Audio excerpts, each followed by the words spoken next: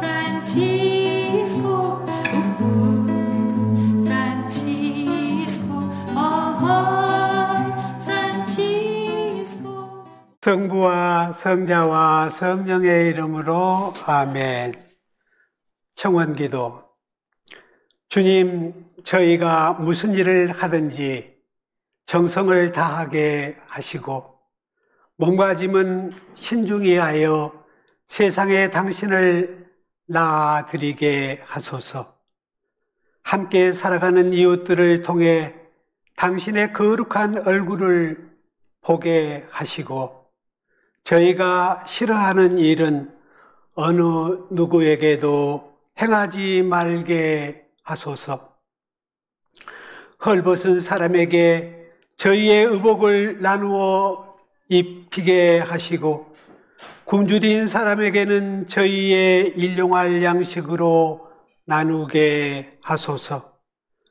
필요 이상의 재물이 있거든 가장 필요한 사람에게 돌아가게 하시고 언제 어디서나 주 하느님을 찬양하게 하소서. 어떠한 여건 속에서도 감사하는 마음 잃지 않게 하시고 항상 바른 인생길을 펼치게 하소서. 주님, 성부와 성자와 성령의 이름으로 아멘. 반갑습니다. 복 많이 받으세요. 무엇보다도 중요한 것이 우리의 수양이라고 생각합니다. 수양의 척도에 따라서 행복의 내용이라든가 행복의 척도가 훨씬 높아지지 않을까 그런 생각을 갖고 있습니다. 제가 이제 원래 처음에 소개될 때에는 육아 철학의 수양론이었는데 육아 철학의 수양론 굉장히 광범위하지요. 그래서 다산 철학의 수양론을 하면 훨씬 디테일하게 이렇게 들어갈 수 있고 또 다산 철학은 성리학 주자 철학의 수양론보다 훨씬 이해하기가 쉽고 또 실천이 굉장히 드러나기 때문에 우리 생활에 실제적으로 많은 도움이 되리라고 생각합니다. 우리가 이제 대부분 아마 강의 들으신 분들이 우리 가톨릭 신자일 거예요. 수도자도 있고 일반 평신도도 있을 것인데 우리가 성서를 통해서 익히 들어온 듣고 알고 있는 것이 이 다산 철학의 수양론에서 드러납니다. 사랑의 이중계명 잘 아시죠? 하느님 사랑이 곧 이웃사랑이라고 하는 것이 사랑의 이중계명이죠. 근데 다산 철학은 크게 이 사랑의 이중계명에서 하느님 사랑과 이웃사랑이 이 육아 철학의 방식을 통해서 그게 여실하게 드러납니다. 그런 내용들이 쭉 진행되면서 아마 여러분들의 이해를 도울 것입니다. 제가 그 학습 여기 강의 계획서에 넣어놨는데요. 이 사천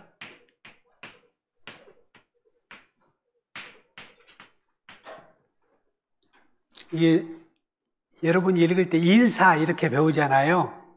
여기서는 섬기다는 뜻을 갖고 있어요. 하느님을 섬기다. 사천이에요. 그리고 하나는 사인. 하느님을 섬기는 일과 사람을 섬기는 일을 통해서 이제 수양을 설명을 하는데 그게 사랑의 이중계명으로 드러나기 때문에 여러분들은 사랑의 이중계명에 대해서 여실히 잘 알고 계시기 때문에 이 사천과 사인에 대해서 이해하기가 그렇게 어렵지 않을 겁니다. 다산은 항상 설계도를 가지고 있어요. 다산철학은 설계도를 갖고 진행해 나가거든요. 그리고 다산은 늘 이중 구조로 설명을 하려고 합니다. 그래서 이 하늘을 섬기는 일이 있고 사람을 섬기는 일이 있는데, 다산은 수양 방식에서도 또 두 가지로 이야기합니다. 하나는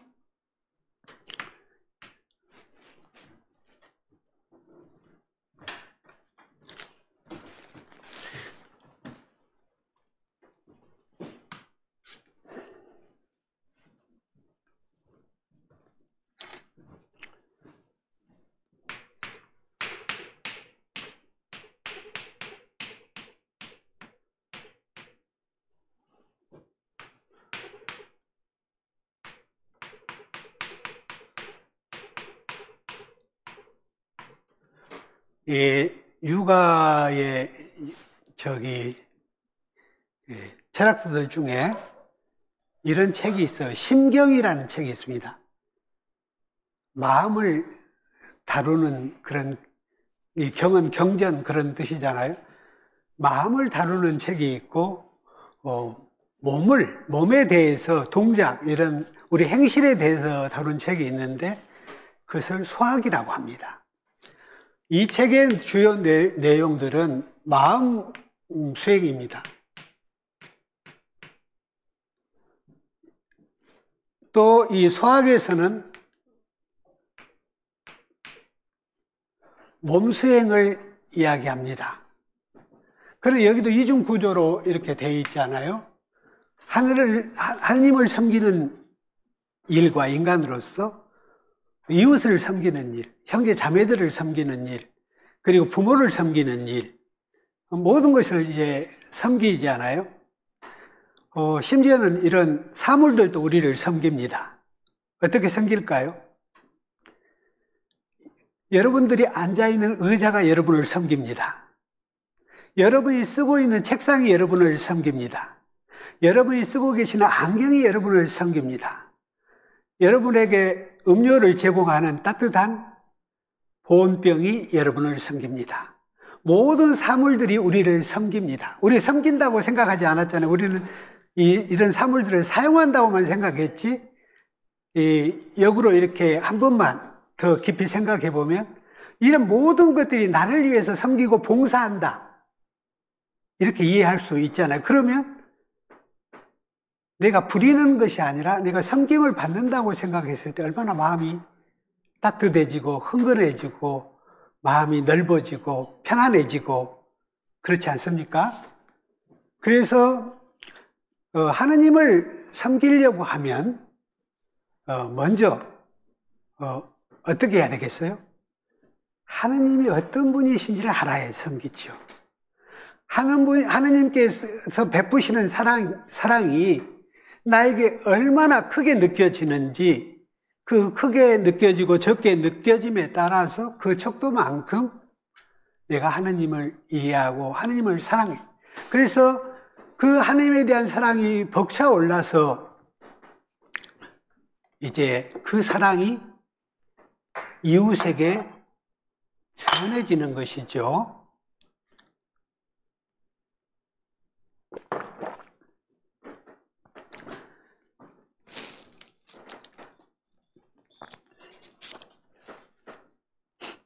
다산은 당신의 책에서 이렇게 고백합니다. 나는 일생 동안 육경과 사서로 나의 몸을 닦아왔다. 여러분은 사서 삼경 이렇게 말씀하시잖아요. 흔히 한문을 잘하는 사람, 저 사람은 사서 삼경을 달달 외워, 이렇게도 말하잖아요. 우리는 사서를 먼저 이야기했는데 원래 고대에는 육경이 먼저 있고 사서는 후대에 생깁니다. 육경이라고 하는 것은 시경, 모든 종교에는 시가 있습니다. 시경, 그 다음에 서경, 우리가 주역이라고 하는 책을 역경이라고 합니다. 역경이라고 하기도 하고, 주나라 때 그 주역이라 그래서 주역 이렇게 이야기를 하죠. 그러면 시경, 서경, 주역, 예기, 춘추, 그 다음에 악경이라고 있습니다. 악경이라고 있는데 악경은 음악에 대한 경전입니다. 근데 이 악경은 책으로 남아있지 않습니다. 다 산실돼 버려가지고 여기저기 경전 속에 구절구절들이 이렇게 흩어져서 나타납니다. 이것을 육경이라고 합니다. 그리고 사서는 여러분들이 잘 아시는 대학, 중용, 논어, 맹자. 이것이 이제 사서입니다. 그래서 원래 공자가 이제 유가 철학의 창시자잖아요. 그러니까 공자의 그 제자들과의 문답으로 이루어진 책이 논어입니다. 그리고 맹자는 이제 공자보다 후대 사람이죠. 맹자는 공자를 계승한 철학자입니다. 그래서 맹자에는 또 논변들이 굉장히 논설이 대단합니다. 그래서 이제 논어와 맹자가 있고 대화과 중용은 원래 예기라는 책 속에 들어있는 것인데 그것을 대학편과 중용편을 잘라내서 사서를 만들었습니다. 그래서 육경사서인데 이 육경사서는 아주 오래된 경전인데 중국에서는 국가사업으로 2번 주석서를 냈습니다. 국가사업으로. 그리고 주자가 중국의 대단한 성리학자 주자가 이것을 하다가 다 이루지 못하고 돌아가십니다. 근데 다산 정약용 선생님은 18년간 유배 생활을 중에 60세에 이르기까지 이 육경사서의 주석을 다 끝냅니다. 60전에 다 끝내요.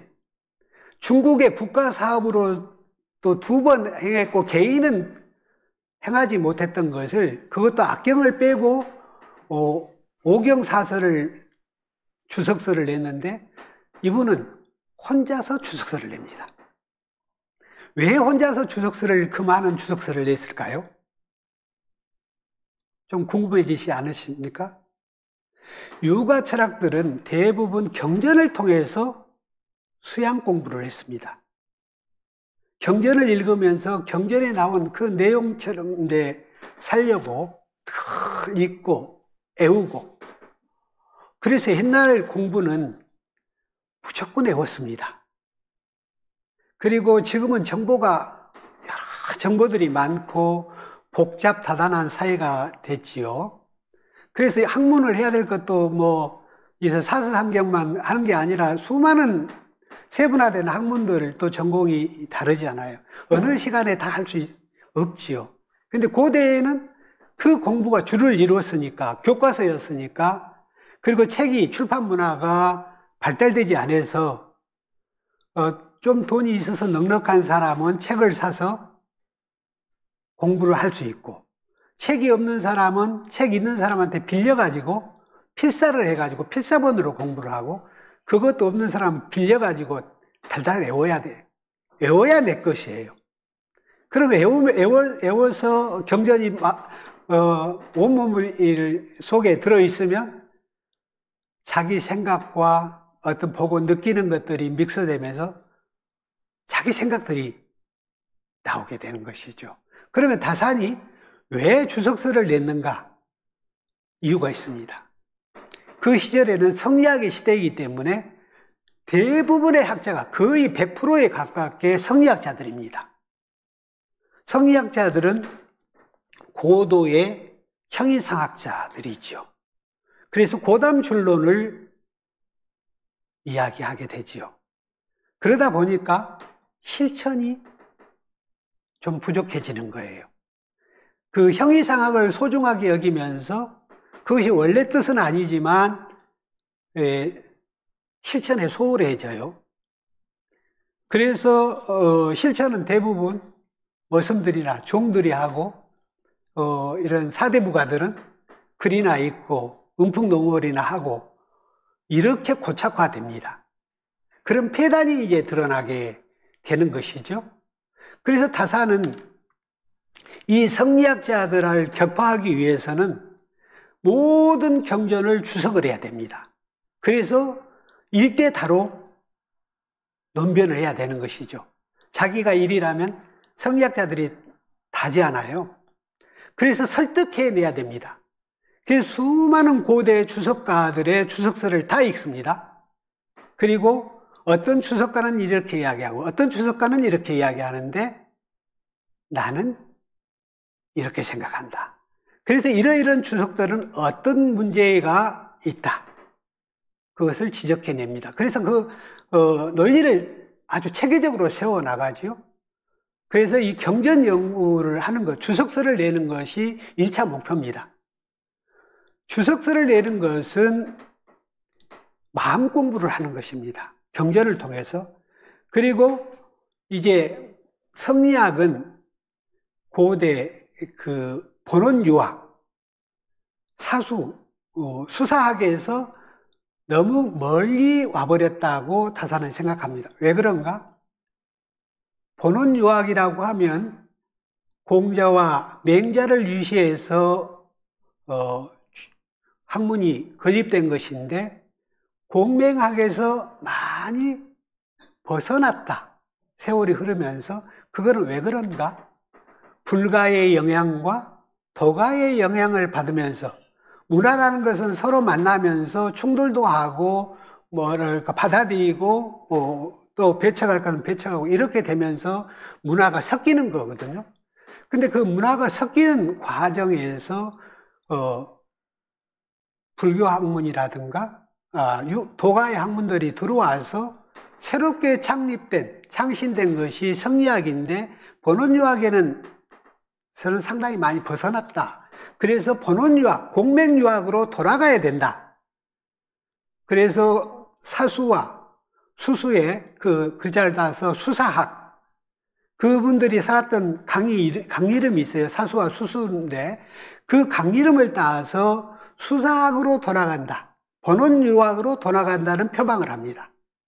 그래서 그것을 설득해내기 위해서, 잘못된 것을 설득해내기 위해서는 경전을 다 주석을 해서 밝혀내야 됐습니다. 이것을 다 끝내고 한 작업이 뭐냐면요, 일표이서. 여러분 들어보셨죠? 일표이서 들어보셨나요? 경세유표, 표자가 하나 들어가죠. 이거 경제학서입니다. 그리고 목민심서, 여기도 서자가 하나 들어가죠. 여기는 그럼 목민 행정학입니다. 그리고 흠음심서, 이것은 법률입니다. 요즘에는 삼법체계가 이렇게 갖춰져 있잖아요. 국회가 있고 대법원이 있고 또 행정부가 있고 이러잖아요. 그래서 삼권 분립이 돼 있던 시대죠. 지금 민주주의 시대는. 근데 옛날에는 군주주의 시대였죠. 다산이 살던 시대에는. 그런 시대에 이미 이런 책을 썼습니다. 이것은 경세서입니다. 주석을 다 하고 보니까 이 세상을 어떻게 경영해야 되는지 알게 된 것이죠. 그러니까 다산은 항상 설계도가 있습니다. 철학에 설계도가 있어요. 딱 설계도를 가지고 밑그림을 그려놓고 그렇게 연구해 갑니다.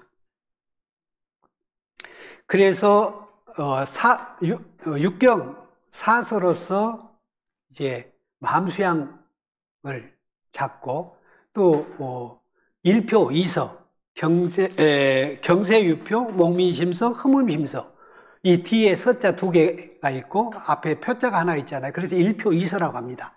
일표이서로서 세상을 경영하는 방침을 세웁니다. 그러니까 두 개의 수레바퀴가 있는 거예요. 하나의 수레바퀴는 경전을 통한 이해, 그리고 그 이해한 것을 일표 이설을 통해서 세상을 경영하는 것입니다.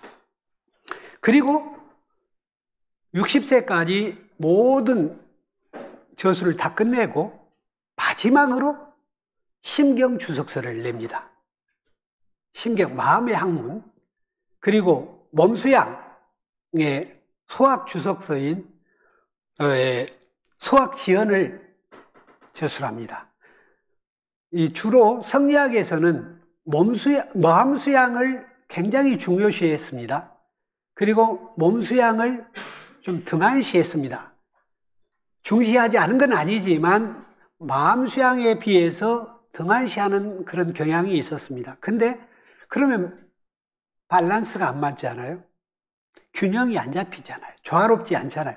근데 다사는 이 몸수행과 마음수행을 아주 조화롭게 구도를 가져갑니다. 마음수양은 우리가 기도를 통해서 또 어떤 피정을 통해서 또 어떤 여러 가지 강의를 통해서 관상 이런 기도들을 통해서 우리가 마음수양을 할 기회가 많지요. 스님들은 100일씩 여름 100일, 겨울 100일 동안 그 하한글을 하잖아요. 그 마음 공부잖아요. 그러면 우리가 하는 공부는 어떤 공부인가? 이 밸런스를 맞추는 공부, 수행이 필요하다는 거예요. 제 친구 중에 불교 신자가 있는데 틈만 나면 선방에 가서 참선을 합니다. 그러면 너무 고요하고 마음이 편안하고 좋대요. 행복하대요.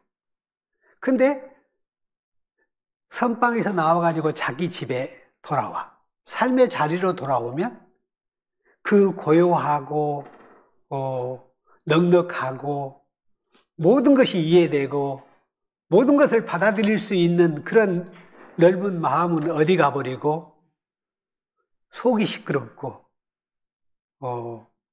때로는 흥분하고 때로는 분노하고 그래서 여여하지 못한다는 거예요. 선방에서는 여여한데 여여하단 말은 한결같다 그런 말입니다. 삶의 자리로만 돌아오면 부서져 버려서 그게 고민이라는 거예요. 그래서 저한테 물어봐요. 수사님은 평생 수도생활을 하는데 그 여여함을 어떻게 가져가는지, 삶의 자리에서 그것이 그 고요를 어떻게 깨뜨리지 않고 살 수 있는지, 그 비결이 뭔지 이런 것을 저한테 물어봅니다. 제가 이렇게 이야기합니다.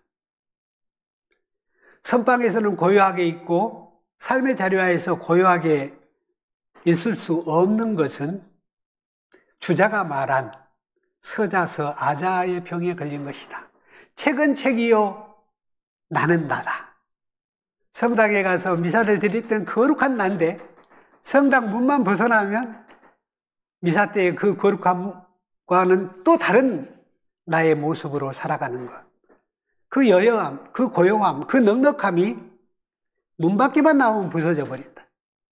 근데 참 수양이 되려고 하면 모든 것이 수양이 돼야 됩니다. 설거지를 하는 것, 빨래를 하는 것, 청소를 하는 것, 모든 굳은 일들, 내가 살아가는 모든 일상이 수양이 돼야 됩니다. 수양이라고 생각을 하고 해야 되는 거예요. 그래서 빨래를 할 때에도 예를 들어서 속옷을 손빨래로 한다. 그러면 비누야 주님을 찬미하여라. 버금아 주님을 찬미하여라. 내 손아 주님을 찬미하여라. 물아 주님을 찬미하여라. 그렇게 두런두런 하면서 나는 이것이 수양이다 하고 한다면 모든 일상이 수양이 됩니다. 화장실 청소를 하면서도 역겹게 생각하지 않고 여기는 주님이 쓰시는 화장실이다. 왜? 하느님 사랑이 이웃 사랑인데 이웃들이 와서 나만 쓰는 게 아니라 이 화장실을 쓸 때 내가 주님을 모시는 마음으로 화장실 청소를 하면 나도 기쁘고 편안하고 분심 잡념이 들지 않고 그렇게 여여한 것이 하루에 쌓이는 게 아니라 오늘 하고 또 내일 하고 세월을 계속 살아가면서 그렇게 할 때 어느 그때 내가 그게 몸에 배이는 거예요. 몸에 가득 배서 뭐라 그럴까, 치매가 걸려도 바꾸지 않는 그 상태를 우리는 습이라고 합니다. 습. 여러분들이 습 그러면 익힐 습, 학습 그러잖아요. 공부를 할 때 배우는 것을 학습이라고 하죠. 근데 우리는 이 다른 모습으로 살아가는 게 아니라요, 습관화된 모습으로 삽니다. 배우고 익히고 습관화된 모습으로 일생을 살아갑니다. 그 습관화된 모습을 바꾸기가 무척 힘듭니다. 그것은 하느님만이 바꿀 수 있습니다. 다마스커스에서 불러 깨우잖아요, 사도 바울을. 스폴레토에서 성 프란치스코를 불러 깨우잖아요. 그래서 회개하게 하잖아요. 사람은 어떤 습으로 살아가는가? 두 가지가 크게 있는데요. 하나는 선습으로 살아갑니다. 선으로 익혀진, 선이 온 몸에 묻었도록 젖은 게 돼야지 습이 완전히 된 거예요. 하나는 반대 개념인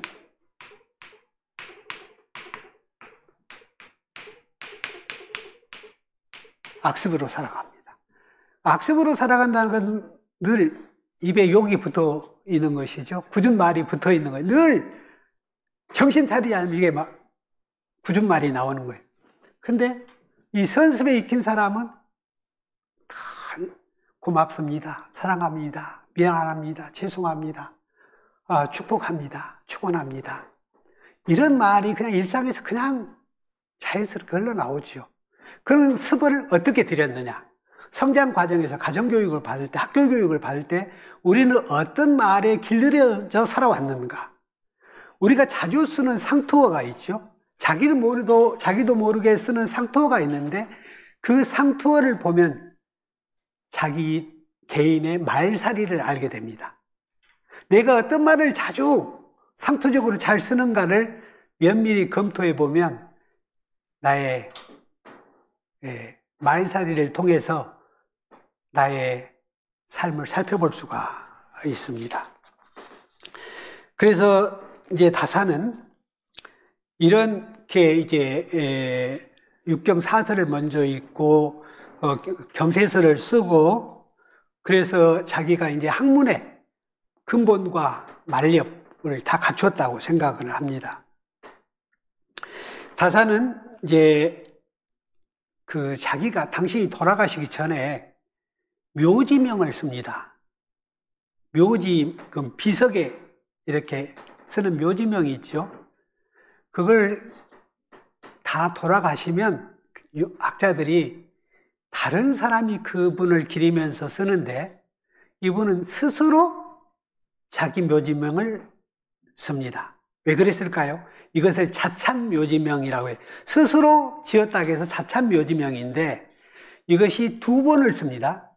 광중본이라고 그래서 축약본을 관 속에 넣으려고 축약본을 하나 쓰고, 그리고 국중본이라 그래가지고 자기 문집에 들어갈 자찬묘지명을 써요.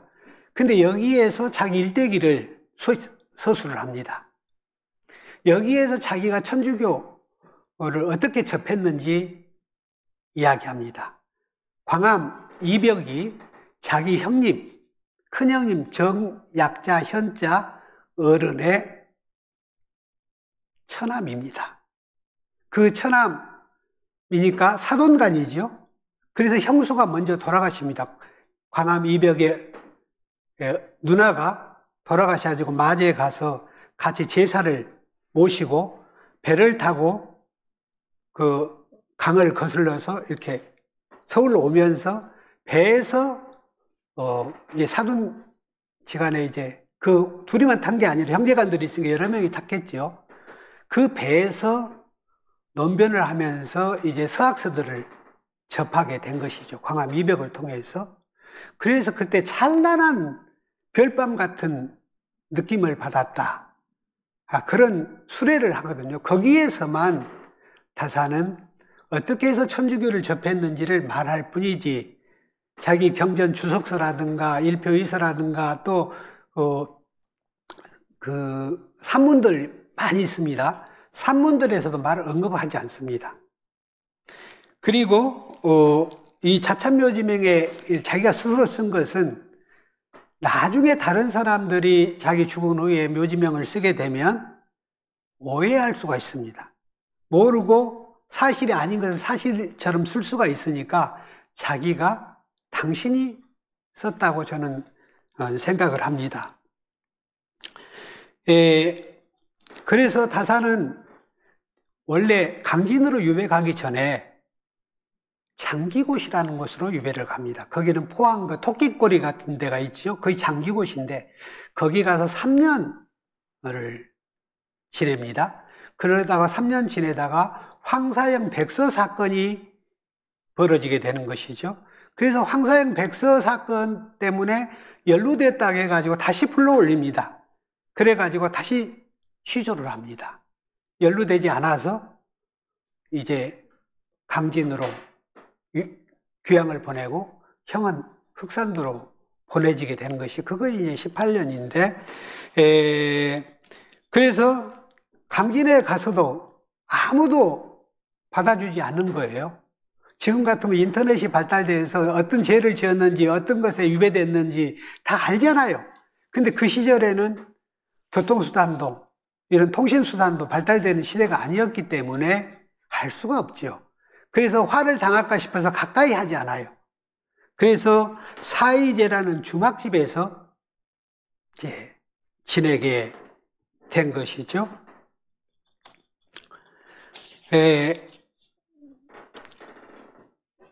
다사는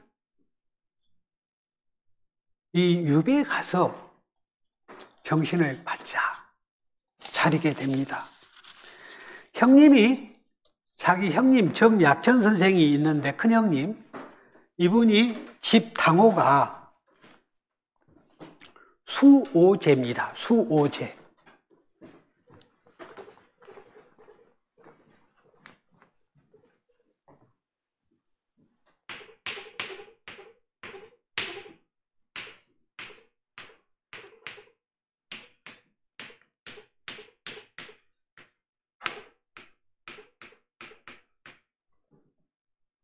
나오자예요.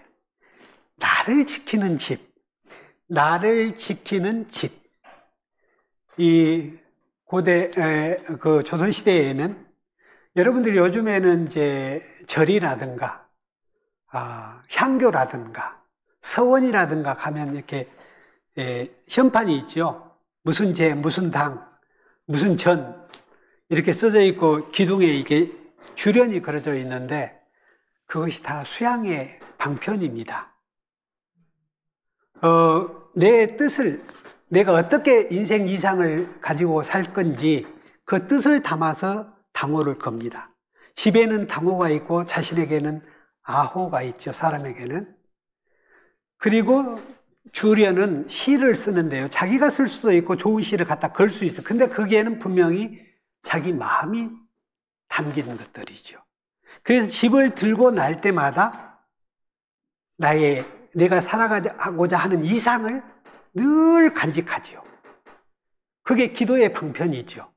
그리고 동쪽의 벽에다가 동명을 쓰고 서쪽 벽에다 서명을 써서 아침에 일어나면 우리 성무일도 하는 것처럼 동명과 서명을 아침에 있고 저녁 자기 전에 또 있고 그러면 내가 오늘은 이렇게 살아야 되겠다는 마음 다짐을 하고 저녁에는 이렇게 살았는가 성찰을 하고 못 살았다 하면 반성을 하고 내일은 또 거듭거듭 힘을 내서 그렇게 살아야 되겠다고 다짐을 합니다. 이 마음 공부에 대해서는 이 정조대왕도 이 심경에 대한 심경과 소학에 대해서 정조대왕 문집에도 기록하고 있습니다. 이 심경, 옛날에 제왕학이라고 해서 임금 군주시대 시대이기 때문에 임금이 어진 임금이 나와서 도덕주의 정치를 펴는 것, 이게 제왕학이죠. 제왕학의 근본이 되는 것이 마음 공부가 되겠습니다. 심경은 주자의 제자였던 송나라 학자 진덕수와 주자가 함께 편찬한 책입니다. 여러 경전에서 좋은 수양에 대해 덕목이 되는 것들을 추려서 뽑아서 주석을 단 책들이죠. 그래서 이게 사서, 삼경 등 이런 경전에서 좋은 내용들을 뽑아서 사용을 합니다. 그게 이제 송나라 또 성리학 시대입니다. 그래서 성리학자인 주돈이, 정의, 범준, 주의 등 송나라의 성리학자들이 마음의 수양법을 이 심경으로 수양법을 삼습니다. 또 근사록이라는 책이 있는데 이 근사록과 심경을 가지고 주로 마음 공부를 행했던 필독서였습니다. 근데 이 심경, 근사록이나 심경은 중국에서는 그렇게 유행하지 못합니다. 이게 한국으로 건너와가지고 조선에서 중국보다도 더 심도 있게 심경 연구가 되고 조선 선비들이 이 심경을 가지고 마음 공부, 마음 수양을 하게 됩니다. 그런데 이 정주실록에 이렇게 기록하고 있습니다. 대저 이 편이라고 하는 것은 이제 심경을 이야기합니다. 이 편은 마음에 대해 말한 글들을 모아서 하나의 책을 만든 것으로 천고의 마음을 다스리는 요법이다. 진서산은 이제 진덕수의, 이 책을 지은 진덕수의 호지요. 진서산이 임금을 사랑하는 정성과 뒷사람에게 은혜를 베푼 공이 진실로 크다. 경전의 큰 가르침과 성현의 중요한 공부가 이 한 편의 글에 들어 있음은 뚜렷이 고정할 수 있으니 말세의 어둠을 밝혀주고 말하게 본보기가 되는 전칙임은 물론 위로는 왕조에서부터, 그러니까 임금에서부터 아래로는 서인, 백성에 이르기까지 그 전체와 대용에 대한 공부를 함에 있어서 이 책을 버리고 무엇을 택할 수 있겠는가? 선정이 이른바 근사록에 못지않다고 한 것은 참으로 절실한 말인 것이다.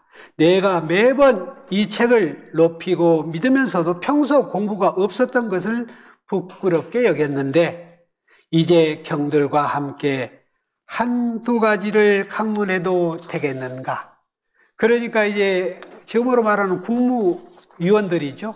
장관들 모아놓고 임금이 이제 이야기를 하는 내용들입니다. 이만큼 정조도 이제 심경을 중시했습니다. 이 마음 공부, 마음 수행을. 근데 유가 철학에는 대학에 이런 말이 있습니다. 수신, 제가, 치국, 평천하. 다 들어보신 말씀이죠? 수신은 나로부터 시작하는 거예요.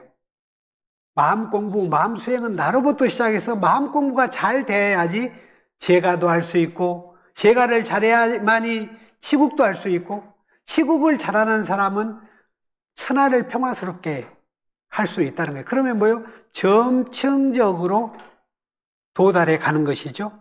그래서 이것을 하하기 상달이다.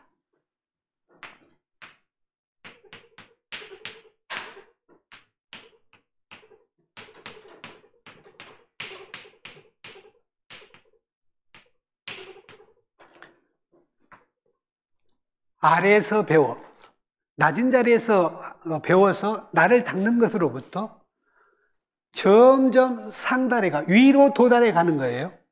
그러면 수신에서부터 천하를 평화롭게 하는 데까지 점점적으로 도달해 가는 것이 유가 학문입니다. 그래서 유가 철학은 하하기 상달이다, 이런 말을 합니다. 그러니까 이 수신, 제가, 치국, 평천하를 이 대명제를 살기 위해서는 사물의 이치를 먼저 연구한 후에, 그러니까 이 의자가 왜 있는가? 이 사물이잖아요. 이 의자가, 이 책상이 왜 있는가? 나를 봉사하기 위해서 이 책상이 있는 거 아니겠어요? 나를 받들기 위해서, 내가 공부 잘하기 위해서 나를 떠받치고 있어요, 의자가. 그리고 내가 공부를 잘할 수 있도록 이 책상이 나를 떠받치고 있어요.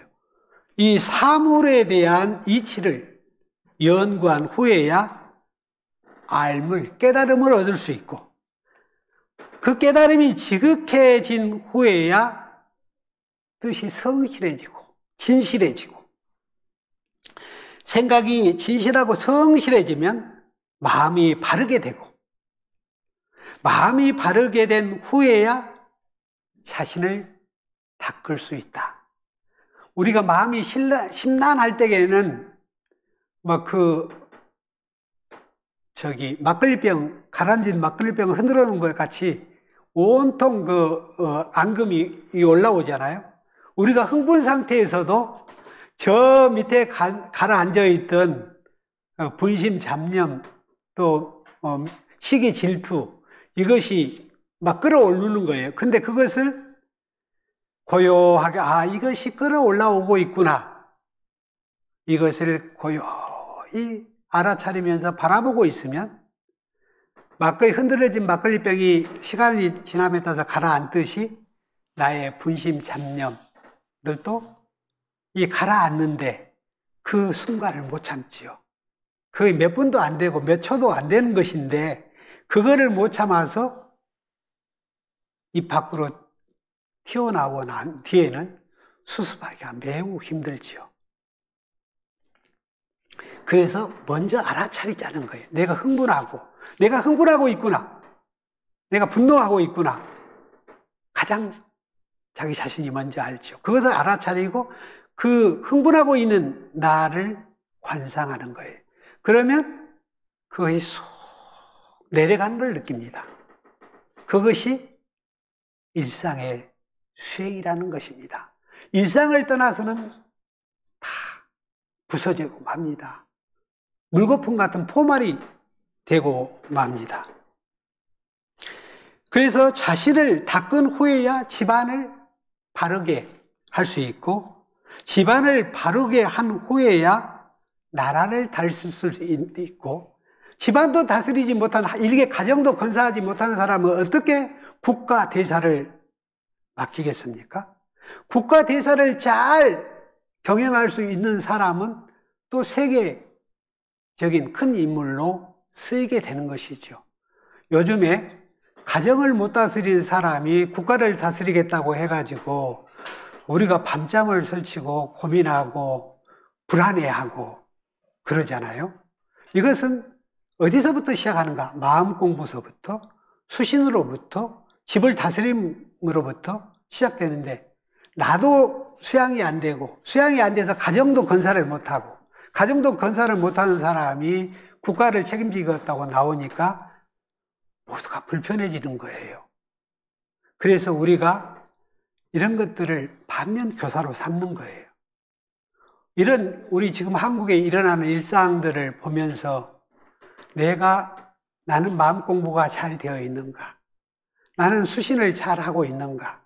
지금 내 입에서 불쑥불쑥 나쁜 말이 튀어나오려고 할 때 나는 이것을 관찰하고 성찰하면서 관상하면서 이것을 저지하고 맑은 생각, 좋은 생각, 선습을 익히고 있는가? 이런 것들을 자기 자신에게 늘 물을 때 그것이 일상의 수양에 참여하는 일이 되겠습니다. 수신, 몸을 닦는 것은 잃어버린 나를 찾아서 단단히 몸에 새기는 공부입니다. 잃어버린 나, 아까 수호제라고 그랬죠. 이따 설명을 좀 할 텐데요. 어떻게 해서 나를 지킬 것인가? 이 정약현 선생이 집을 들고 날면서 자기를 지키려고 부단히 노력을 했어요.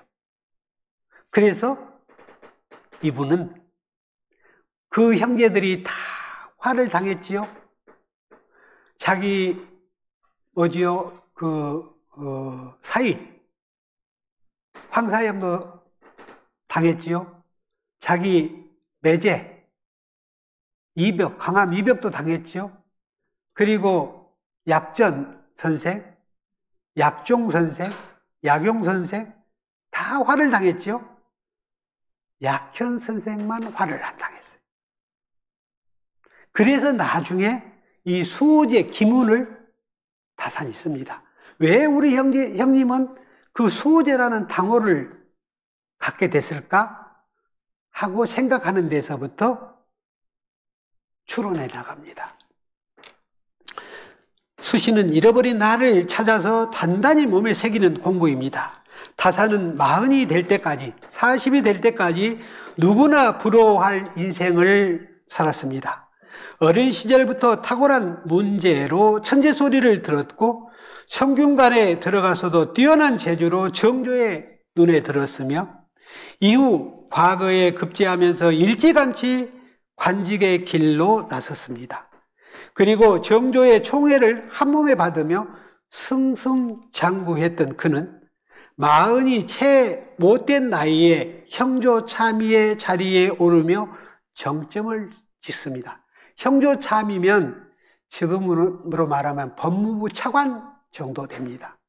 형조 판서가 법무부 장관격에 되니까 또 이때에 형조참의의 대행까지 하게 됐으니 그의 그 천재성과 그런 명망이 얼마나 대단했는지 이것만 봐서도 알고도 남음이 있지요. 그런데 이런 시기, 우리가 보기에는 화려한 시기잖아요. 40 전에 벌써 장관 대행까지 했으니까 화려한 생을 보냈는데 본인은 이렇게 고백합니다. 이처럼 화려했던 자신의 과거를 가리켜 나를 잃어버리는 시간이었다.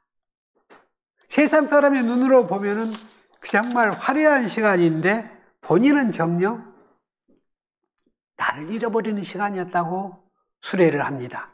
그것은 이 수호제 기에서 이야기를 합니다.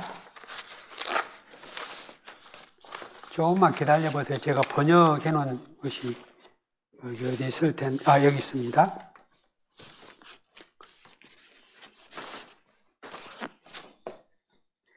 그 형님이 수호제라고 했으니까 늘 궁금했습니다. 왜 수호제라고 했을까? 그래서 이렇게 생각을 했습니다. 사물이 나와 견고하게 맺어져 있어서 서로 떨어질 수 없는 것으로 나보다 더 절실한 것이 없으니 비록 지키지 않은들 어디로 가겠는가? 이상한 이름이다. 궁금증을 가졌다는 거예요. 나를 지키는, 내가 어디로 갈 거니? 나 여기 있다 이것이죠. 그리고 물건을 잃어버리면 찾을 수 있으면 나는 여기 있는데 이런 생각을, 이렇게 단순한 생각을 가지셨던 것이죠. 그래서 이제 어제가 물어봤습니다. 형님한테. 형님, 그 수호제라고 했습니까? 그러니까 형님이 이렇게 이야기를 합니다. 큰 형님께서 일찍이 말씀하시기를 아버지께서 내게 태연이라는 자를 지어주셔서, 그러니까 어렸을 때는 이름이 있고 이제 사무관대하고 성년식을 하면 자를 붙여줍니다. 이름을 학문이 높아졌고 이제 지위가 높아지니까 이름을 부르면 좀 뭐라 그럴까, 대접하지 않는 그런 의식이 있기 때문에 자를 붙여줍니다. 그래도 간직에 나고 더 사람이 품위가 높아지면 그때 이제 호를 붙여줍니다. 스스로 짓기도 하고 누가 지어주기도 하고 그렇죠. 근데 이 자를 태연이라고, 아버지께서 내게 태연이라는 자를 지어주셔서 나는 장차 나 태연이를 지키려고 하여 이것으로서 나의 집 이름을 지었다. 태연이라는 이름을 지어줬는데, 자를 지어줬는데 이 태연의, 이 아버지가 지어주신 태연이라는 자에 걸맞게 살려고, 이 이름에, 이 자에 부끄럽지 않게 살려고 그 뜻으로 이 수호제라는 이름을 지었다. 이렇게 대답을 합니다. 근데 다산은 그거 가지고는 완전히 수긍이 가는 것이 아닙니다. 그래서 더 궁금증을 갖습니다. 궁금증을 가져서 그 궁금증을 오래도록 갖고 있습니다. 그래서 귀향을 갔는데 이 40 전까지는 관직에 또 국정에 참여하느라고 너무 바쁘게 살았잖아요. 근데 옛날에 귀향을 가면 이 사람들이 접근을 못하게 하기 위해서 탱자나무 울타리를 칩니다. 집 주변에. 여러분들이 그 제주도에 가면 추사 고택에도 추사가 유배지에도 가면 울 너머로 탱자나무를 이렇게 울타리로 심어놨습니다. 그리고 남도 지방 같은 데는 탱자나무를 많이 심었죠. 그래서 위리안치 시키는 겁니다. 그 구역으로 밖으로 못 나오고 또 접근도 못하게. 거기에서 이제 다 또 있는데 할 일도 없잖아요. 유배 와가지고 아는 사람도 없잖아요. 찾아오는 사람도 없잖아요. 뭐 국정에 종사하는 것도 아니잖아요. 공부 그만큼 했으면 되니까 공부도 부족함이 없잖아요. 와, 누워서 이 생각 저 생각 하다가 갑자기 무릎을 치는 일이 생겼어요. 그러면 그렇지. 우리 형님께서 수호제를 지은 뜻을 이제 알겠네. 우리 형님만이 우리 형제 중에서 화를 당하지 않았구나. 우리 형님이 집을 날고 들면서 자기를 지키려고 부단히 노력한 끝에 우리 형제들은 다 화를 당했는데 형님은 화를 당하지 않았구나 하고 일어나서 붓을 들어서 이 수호제 기를 씁니다. 10분 쉬었다가 이어가겠습니다.